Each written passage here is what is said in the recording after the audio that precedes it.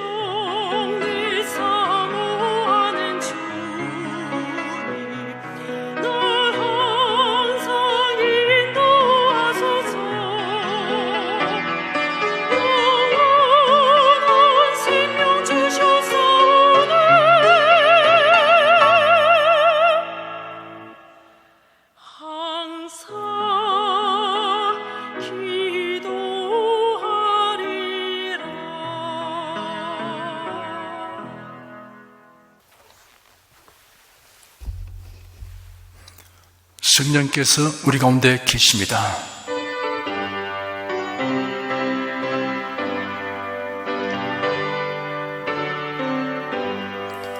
굳세 주를 믿는 이들 찬송하고 찬송하세. 맘과 뜻과 힘 다하여 경배 드리세. 은혜 진리 되신 예수 영원토록 변함없네. 성도들아 주를 믿어 길이 섬기세.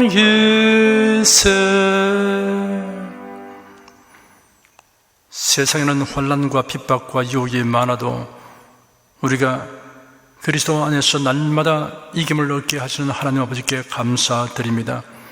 성령께서 우리에게 권능을 부어주시고 또한 우리가 주님의 말씀을 믿고 의지함으로 힘을 얻고 더더 전진합니다. 이 시간 우리가 욥기에 기록된 말씀을 살펴볼 때 설교자가 깨닫고 전하는 메시지에 더하여 성령께서 각 사람에게 메시지를 들려 주시옵소서. 예수님 이름으로 기도드립니다. 아멘. 국내 국외 각 가정과 각 처소에서 예배드리시는 성도 여러분에게 우리 주 예수 그리스도의 은혜가 충만하기를 축복합니다. 욥기 22장을 보겠습니다.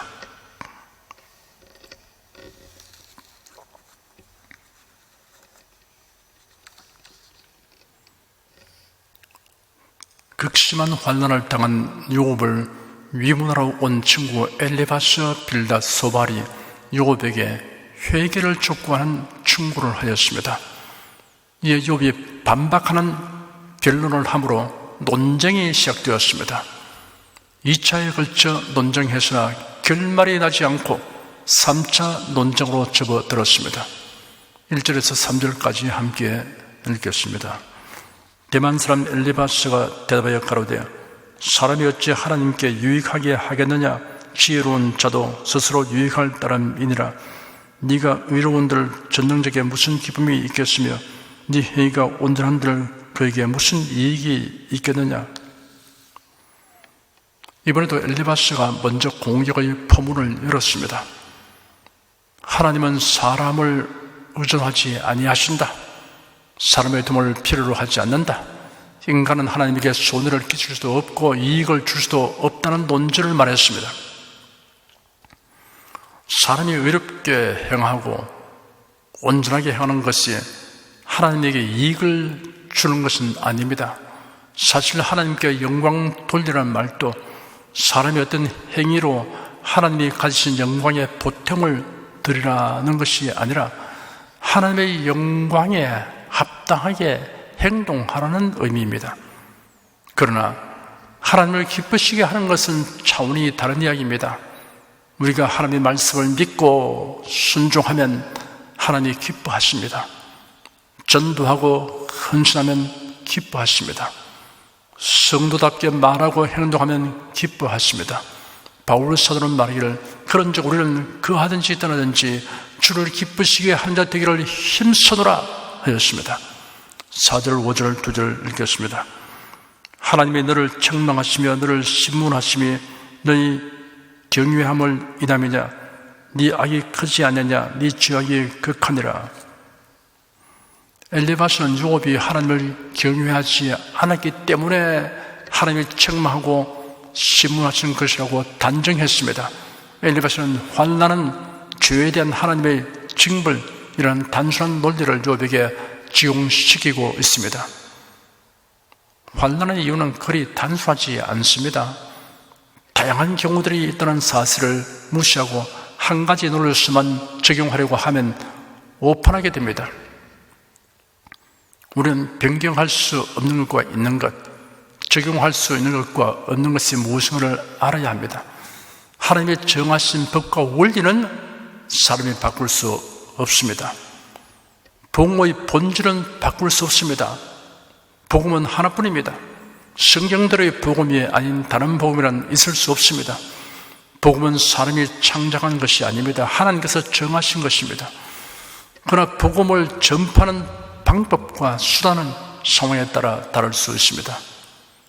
결혼제도 예를 들어보겠습니다. 성경에 명시되어 있습니다. 창세기에 이렇게 기록되어 있습니다. 아담이 돕는 배필이 없으므로 여호와 하나님이 아담을 깊이 잠들게 하시니 잠들매 그가 그 갈빗대 하나를 취하고 살로 대신 채우시고 여호와 하나님이 아담에게서 취하신 그 갈빗대로 여자를 만드시고 그를 아담에게로 이끌어 오시니 아담이 가로되 이런데 뼈중의 뼈요 살중의 살이라 이것을 남자에게서 취하였은즉 여자라 칭하리라 하니라. 이러므로 남자가 부모를 떠나 그 아내와 연합하여 둘이 한 몸을 이룰지로다. 남자와 여자가 결혼하여 가정을 이루는 것은 사람을 만드신 하나님께서 정하신 것입니다. 사람이 만든 것이 아닙니다. 성경은 피할 수 없습니다. 하나님의 정하신 원칙 아래서 결혼 연령, 결혼 의식 등은 시대와 지역, 문화에 따라 다를 수 있습니다.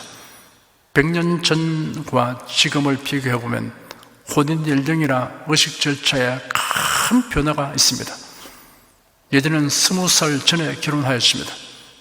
결혼하였다고 하기보다 결혼시켰다라고 말하는 편이 적절합니다. 아직 결혼에 대한 의미도 모르는 젖비리에 나는 애송이들을 부모 뜻으로만 혼사를 진행시켰습니다. 12살 된 신랑에 17살 된 신부, 이런 경우는 흔히 있었습니다. 신랑이 철들기까지 신랑을 업어주었다는 이야기도 있습니다. 당시 사회는 농경사회이므로 항상 일손이 모자랐습니다. 빨리 며느리를 얻어서 일손을 늘리려고 했습니다. 그리고 평균 수명이 짧았기 때문에 속히 자손을 버리고 하였습니다. 더욱이 주부들은 육아, 집안 살림뿐 아니라 농사일까지 하였습니다. 출산 아이 수가 많았습니다. 수도가 없으니 물 깃고 빨래하기가 여간 일이 아니었습니다. 재래식 부부의 불편을 감내해야 하였습니다. 가정용 전기 다리미, 전기밥솥, 레인지, 세탁기, 청소기, 냉장고는 존재하지 않았습니다. 몸은 노예처럼 혹사당하면서도 충분한 영양 섭취도 못하였으니 일찍 치아가 부스라게 되고 음식을 제대로 씹지 못하여 위장에 탈이 나서 악순환이 되었습니다. 골다공증이 심하여 노인이 되면 누구나 허리가 굽기 마련이라고 여겼습니다. 40세가 넘으면 완전히 노인이었고 환갑을 맞지 못하고 죽는 것이 예사였습니다. 그래서 환갑잔치는 대단한 생일 축하 잔치였습니다. 이런 이전 사회에서는 조혼을 하였으나 지금은 혼기 개념이 많이 변했습니다. 이러한 세대 변화는 문명과 산업과 경제 상황의 변화에 따른 자연적인 추세입니다. 선과 악으로 논할 것이 아닙니다. 그러나 하나님의 창조 질서를 거스르는 결혼은 죄악입니다. 동성결혼과 동성결혼 합법화가 그것입니다. 하나님을 거슬러 행하는 것은 하나님의 심판을 초래합니다. 6절에서 9절까지 읽겠습니다. 까닭없이 형제의 물건을 볼모 잡으며 헐벗은 자의 의복을 벗기며 가란 자에게 물을 마시우지 아니하며 줄인 자에게 식물을 주지 아니하였구나. 권세 있는 자가 토지를 얻고 존귀한 자가 거기서 사는구나. 네가 과부를 공수로 들어가게 하며 고아의 팔을 끊는구나. 엘리바스는 일단 요업이 죄악을 범했다고 단정해 놓고 그 죄악이 어떠한 것이냐를 추정하여 구체적 사례를 제시했습니다. 까닭없이 형제의 물건을 볼모 잡으며 헐벗은 자의 의복을 벗기며 라는 말은 강탈 행위를 하였다는 뜻입니다. 가란 자에게 물을 마시지 아니하며 줄인 자에게 식물을 주지 아니했구나 라는 말은 불친절을 하였다는 뜻입니다. 권세 있는 자가 토지를 얻고 존귀한 자가 거기서 사는구나 라는 말은 법을 악용하여 재물을 취득하였다는 뜻입니다. 네가 과부를 공수로 들어가게 하며 고아의 팔을 끊는구나 라는 말은 힘없고 고통받는 자에게 무자비하였다는 뜻입니다. 이 같은 행위들은 엘리바스의 추측에 불과한 것이며 실제로는 욥과 상관없는 것입니다. 만일 악의로 말하였다면 모함성의 허위 낭설입니다. 10절, 11절, 2절 읽겠습니다. 이러므로 올무들이 너를 둘러있고 두려움이 호련히 너를 침범하며 어둠이 너로 보지 못하게 하고 창수가 너를 덮느니라. 엘리바스는 욥이 지금 겪고 있는 고난을 묘사하며 이런 앞에서 지적한 죄악에 대한 부응이라고 말했습니다.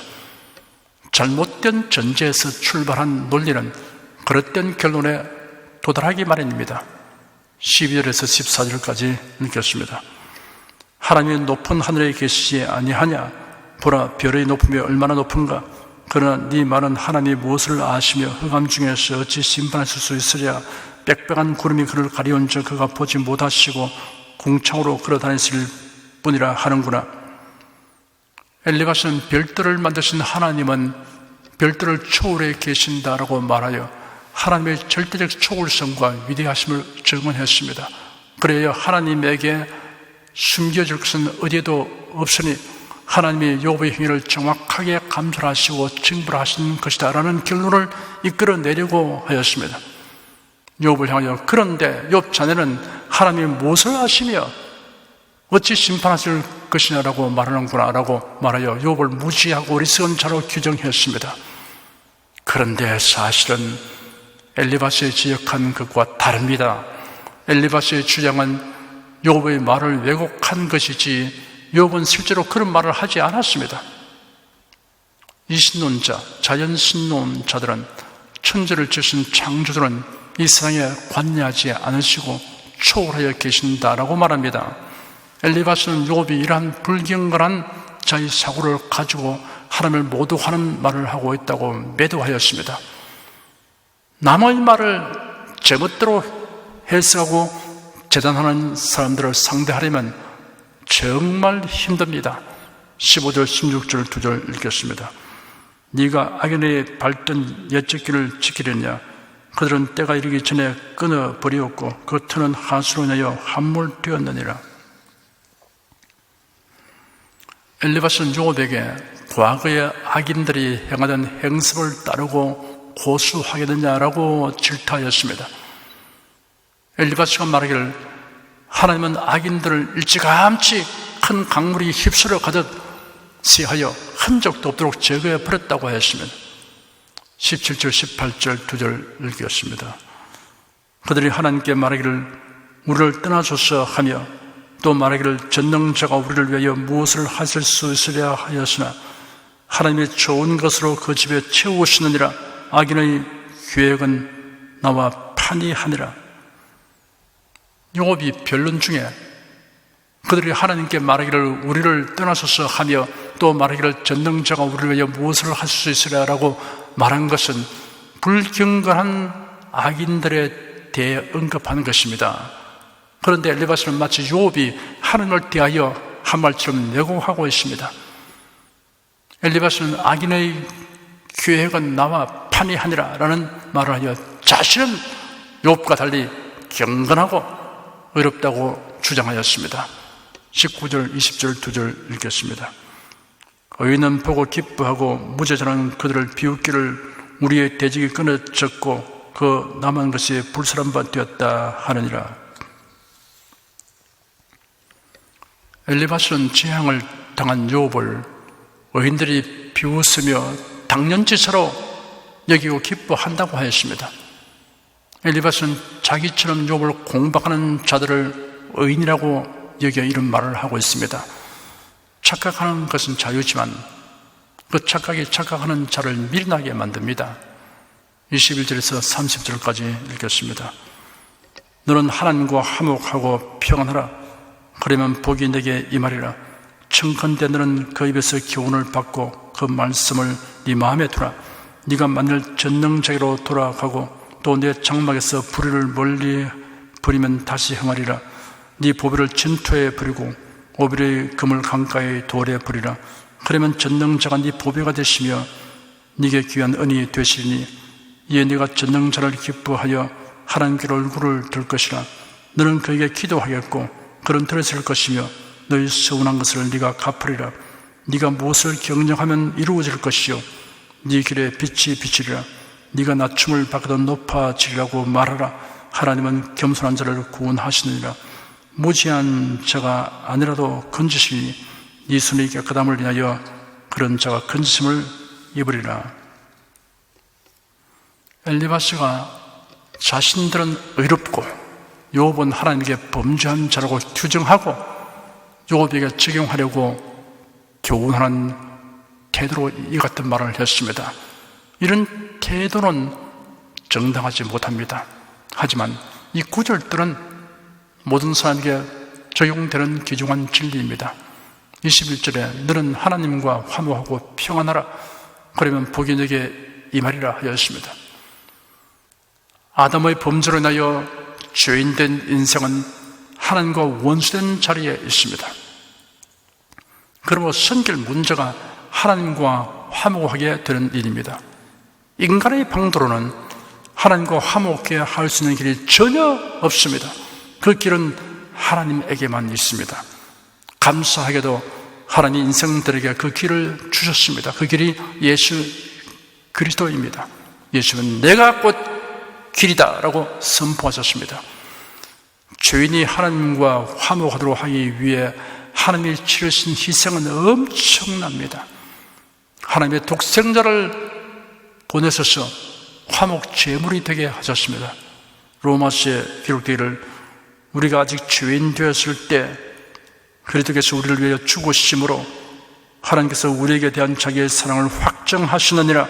그러면 이제 우리가 그 피를 나여 의롭다 하심을 얻었은즉 또 그로 말미암아 진노하시면서 구원을 얻을 것이니 곧 우리가 원수 되었을 때 그 아들의 죽으심으로 말미암아 하나님으로 더불어 화목되었은즉 화목된 자로서는 더욱 거의 살아있음을 위하여 구원을 얻을 것이니라.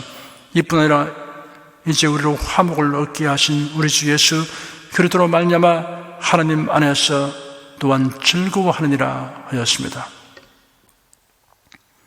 화목 제물이신 예수를 믿고 영접하는 자는 하나님과 화목하게 되고 참 평안을 누리게 됩니다.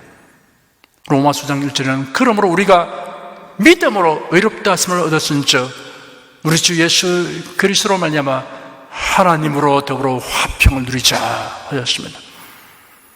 하나님과 화목해 되어 그리스도 안에서 평안을 누리는 길은 예수를 믿는 것입니다.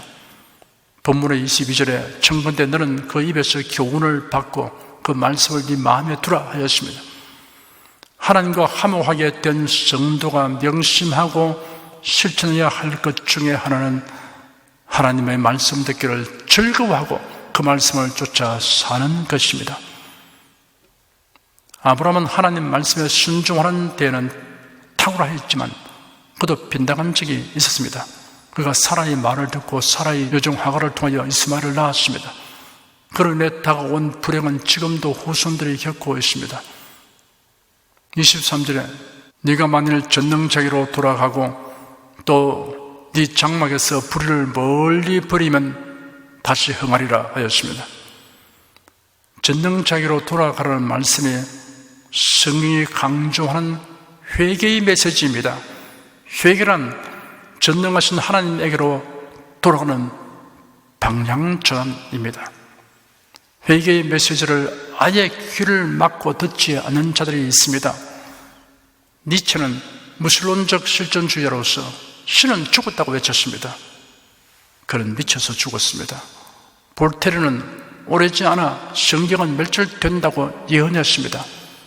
볼테르는 멸절되었으나 오히려 그의 집이 성경 보관 창고가 되었습니다.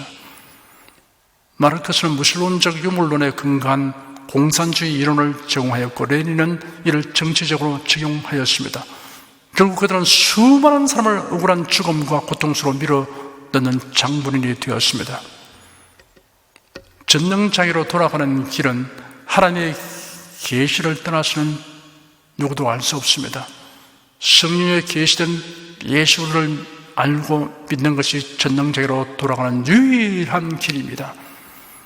이 장막에서 불의를 버리라고 하였습니다. 성도는 불의를 미워하고 배척해야 합니다. 회개하여 전능자기로 돌아가고 의롭게 사는 자는 흥하게 됩니다. 24절에 네 보배를 진토에 버리고 오빌의 금을 강가의 돌에 버리라 하였습니다. 고대에 있어서 가장 잘 정제된 금이라도 오빌의 광산에서 캐낸 자연적인 금보다 열등했다고 합니다. 보배를 진토에 버리고 오빌의 금을 강가의 돌에 버리라는 말씀은 재물을 멀리하라는 것이 아니라 재물을 사랑하거나 의지하지 말라는 뜻입니다. 마태복음 6장 24절에 한 사람이 두 주인을 섬기지 못할 것이니 호기를 미워하며 저를 사랑하거나 호기를 중히 여기며 저를 경히 여기미라. 너희가 하나님과 재물을 겸하여 섬기지 못하느니라 하였습니다. 디모데전서 6장 10절에는 돈을 사랑함이 일만하고의 뿌리가 되나니 이것을 사모하는 자들이 미혹을 받아 믿음에서 떠나 많은 근심으로서 자기를 찔렀다 하였습니다. 여러분이 가진 재물이 하나님을 가까이 하게 하느냐 아니면 멀어지게 하느냐를 살펴보십시오. 하나님을 멀리하게 한다면 재물을 사랑하고 재물을 섬기고 있다는 증거입니다. 한 부자 청년이 예수님에게로 와서 말하기를, 선생님이여, 내가 무슨 선한 일을 하여야 영생을 얻으리까? 예수께서 대답하시기를, 네가 생명에 들어가려면 계명을 지키라 하였습니다. 그 청년이 대답하기를, 이 모든 것을 내가 지켰습니다. 아직도 무엇이 부족합니까? 하였습니다. 예수께서 말씀하시기를, 네가 온전하고자 할진대 가서 네 소유를 팔아 가난한 자들을 주라. 그리하면 하늘에서 부호가 네게 있으리라. 그리고 와서 나를 쫓아라 하였습니다. 성경은 그 청년이 재물이 많음으로 이 말씀을 듣고 근심하며 가니라라고 기록되었습니다. 예수께서 제자들에게 말씀하시기를, 내가 진실로 너에게 이르노니 부전한 천국에 들어가기가 어려우니라. 다시 너에게 말하노니 약대가 바늘 귀로 들어가는 것이 부자가 하나님의 나라에 들어가는 것보다 쉬우니라 하였습니다. 그 청년이 영생의 귀중함을 정녕 깨닫고 영생을 얻으려고 예수님을 찾아왔다면 근심하며 떠나가는 일이 없을 것입니다. 자신의 의를 과시하려고 나온 것입니다. 영생보다 재물에 더 비중을 둔 마음을 버려야 합니다. 25절에 그러면 전능자가 네 보배가 되시며 네게 귀한 은이 되시니 하였습니다. 재물보다 하나님을 사랑하며 의지하는 자에게 하나님이 보배가 되어 주시고 하였습니다. 아브라함은 본토 친척 아비들을 떠났습니다. 하나님은 아브라함을 복의 근원이 되게 하셨습니다. 26절에 이에 네가 전능자를 기뻐하여 하나님께로 얼굴을 들 것이라 하였습니다. 하나님 우선, 하나님 제일주로 살아가는 자는 전능자를 기뻐하여 하나님께로 얼굴을 들 것이라 하였습니다. 하나님을 경외심으로 섬길 뿐 아니라 하나님을 아버지로 즐겁고 친근하게 섬기게 됩니다. 27절에 너는 그에게 기도하겠고 그는 들었을 것이며 너희 서운한 것을 네가 갚으리라 하였습니다. 하나님 섬기는 것에 최고의 가치를 둔 사람은 하나님을 향해 무엇이든 구하는 담력과 응답의 확신을 주십니다. 기도 응답 받아서 서운한 것을 다 이행할 수 있게 됩니다. 28절에 네가 무엇을 경영하면 이루어질 것이요 네 길에 빛이 비치리라 하였습니다. 하나님을 섬기는 것을 가장 귀한 것으로 여기는 사람은 경영하는 일이 어떤 과정을 통과하든 결국 성공에 이르게 됩니다. 앞길에 성공이 비치게 됩니다. 29절에 네가 낮춤을 받거든 높아지리라고 말하라. 하나님은 겸손한 자를 구원하시느니라 하였습니다. 하나님을 섬기는 것을 가장 귀하게 여기는 사람은 누가 낮추려고 해도 하나님이 높여주십니다. 그러므로 스스로 높이려고 하지 말고 겸손하게 행해야 합니다. 30절에 무지한 자가 아니라도 건지시니 이 손의 깨끗함을 인하여 그런 자가 건지심을 입으리라 하였습니다. 엘리바스는 요곱에게 회개하라는 말로서 그의 훈계를 끝맺었습니다. 하나님은 죄인이 회개하면 구원하신다. 그러니 욥 자네도 돌이켜 손을 깨끗이 하라. 그러면 구원을 얻게 된다고 했습니다. 손을 깨끗이 한다는 말은 죄를 회개하라는 다른 표현입니다. 엘리바스는 욥이 당한 환난은 욥의 범죄에 대한 하나님의 징벌이라는 고정관념에 의해서 끝까지 욥을 정죄하였고 또한 회개를 권고하였습니다. 사실과 다른 것을 사실이라고 확신하는 사람에게는 이유가 있습니다. 첫째, 한 번 인식한 것을 끝까지 고수하려는 옹고집증입니다. 둘째, 진실을 알기를 두려워합니다. 셋째, 좋지 못한 의도를 가지고 있습니다. 기도하겠습니다. 욥기를 통하여 사람의 판단은 왜곡되거나 사실과 다를 수 있으므로 사람의 판단으로 인해 상심하고 분하게 여길 것이 아니라 하나님의 판단을 마음에 두고 하나님 말씀으로 살기를 힘써야 한다는 것을 깨닫게 됩니다. 인생길을 우리가 홀로 걷게 하지 않으시고 사랑하는 주님께서 성령으로 오셔서 우리를 도우시고 가르치며 인도하시고 위로하시고 치유하여 주니 감사합니다. 세상에서 우리가 경험하는 모든 일에 대하여 비록 충분하게 다 설명할 수 없어도 우리는 하나님의 선하심과 인자하심이 변하지 않음을 알고 믿습니다.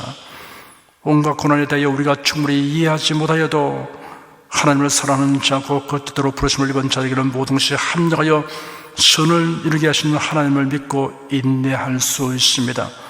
하나님을 신뢰하고 사랑하는 자가 부끄러움을 당하지 않도록 최후의 승리와 영광을 예비하신 하나님을 찬양합니다. 예수의 이름으로 기도드립니다. 아멘. 다 같이 간절한 마음으로 기도하십시다.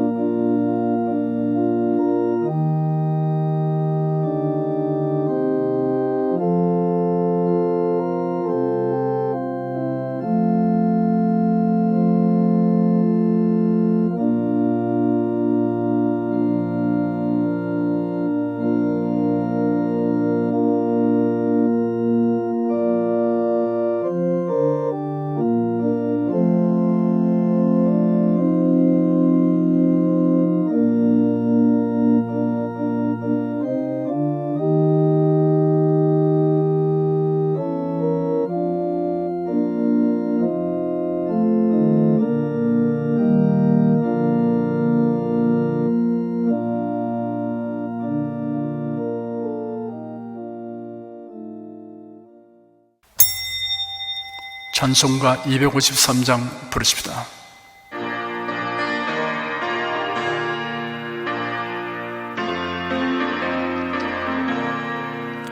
구원으로 인도하는 그 문은 참 좁으며 생명으로 인도하는 그 길은 참 험하니 우리 몸에 매여 있는 그 더러운 죄짐을 하나 없이 벗어놓고 힘써서 돌아갑시다.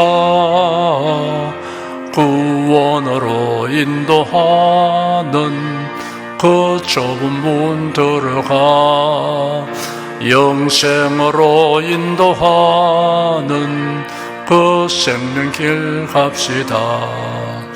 이 세상에 많은 사람 큰 문으로 들어가 넓은 길로 갈지라도 멸망길로 건너서 세상 헛된 부귀 영화 모두 내어버리고 주의 말씀 순종하여 그 생명길로 갑시다.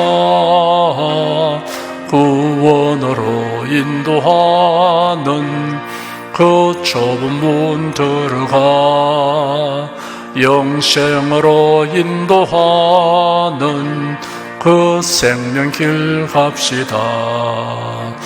구원의 문 열렸으니 주의 공로 힘입어 주저 말고 들어가서 생명길로 갑시다.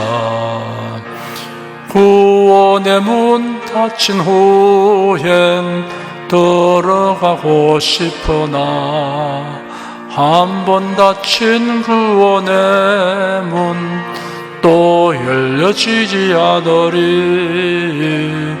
구원으로 인도하는 그 좁은 문 들어가 영생으로 인도하는 그 생명길 갑시다. 여러분 가슴에 손을 얹으십시오. 우리 기도를 응답하시는 하나님을 앙망하시기 바랍니다.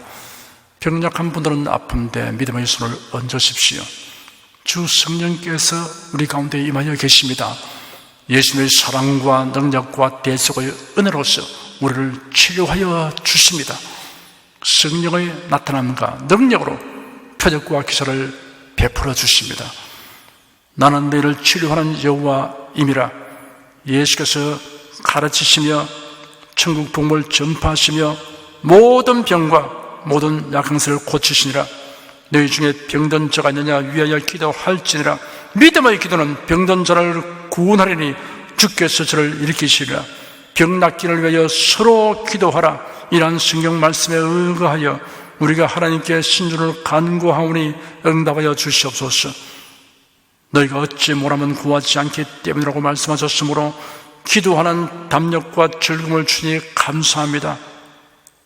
믿는 자들에게 이런 표적이 따르니 병든 자에게 손을 얹으면 나으리라 하신 약속을 조차 지금 연약하고 병든 곳에 손을 얹고 간구하는 모든 성도들에게 하나님의 권능이 임하여 낫게 하여 주시옵소서.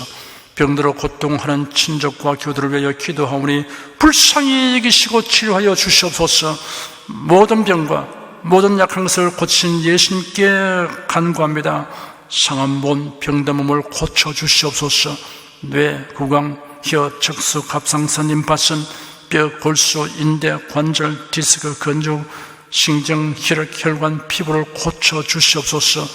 시각기관, 청각기관, 심장, 호흡기, 소화기, 비뇨기의 기능이 완전하게 하여 주시옵소서. 예수 그리스도의 이름으로 명한다. 병만은 물러가라. 통증과 염증은 나을지어다. 암과 종양은 소멸될지어다. 각종 장애는 치유될지어다. 예수 그리스도의 이름으로 명하노라. 지금 낫게 될지어다. 순식간에 나을지어다. 모든 병과 모든 약함은 치유될지어다. 병량의 시간 제거되고 건강하시로 충만하게 될지어다. 신주의 능력의 몸과 마음에 계속 머물러 있게 하여 주시옵소서. 몸과 마음이 마치 외양간에 쌓은 송아지처럼 독수리가 날개치며 올라가면 같이 활기차게 하여 주시옵소서. 생활에 다가오는 풍파는 고요하고 잠잠하게 하여 주시옵소서. 모든 일에 항상 모든 것이 능력하여 드리고 베푸는 일을 풍성하게 행하도록 하여 주시옵소서. 슬픈 일을 당한 성도들에게 주님께서 손님으로 붙들어 주시고 주님의 음성을 들려주시옵소서. 슬픔보다 더 큰 위로가 임하여 속히 극복하게 하여 주시옵소서. 가정이 평안하고 가족이 모두 독신한 신앙을 가지게 하여 주시옵소서. 탁월한 지혜와 명철을 주어서 모든 일을 바르게 분별하고 판단하며 선택할 수 있게 하여 주시옵소서. 어쩌나 오늘날 통일하신 예수께서 지금도 우리를 용서하시고 치료하시며 위로하여 주시니 감사합니다. 예수 그리스도 이름으로 기도드립니다. 아멘. 내 믿음대로 될지어다. 성령 부르겠습니다.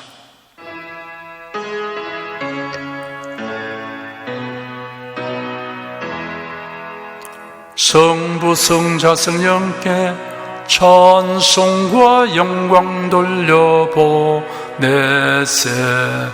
대초로 지금까지 또 영원 무궁토록 성삼위께 영광 영광.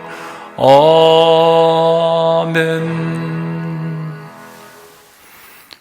우리 주 예수 그리스도의 은혜와 하나님 아버지의 사랑과 성령의 교통하심이 은혜와 즐거움과 살아가는 모든 성도들을 위해 임하시옵기를 축원합니다. 아멘.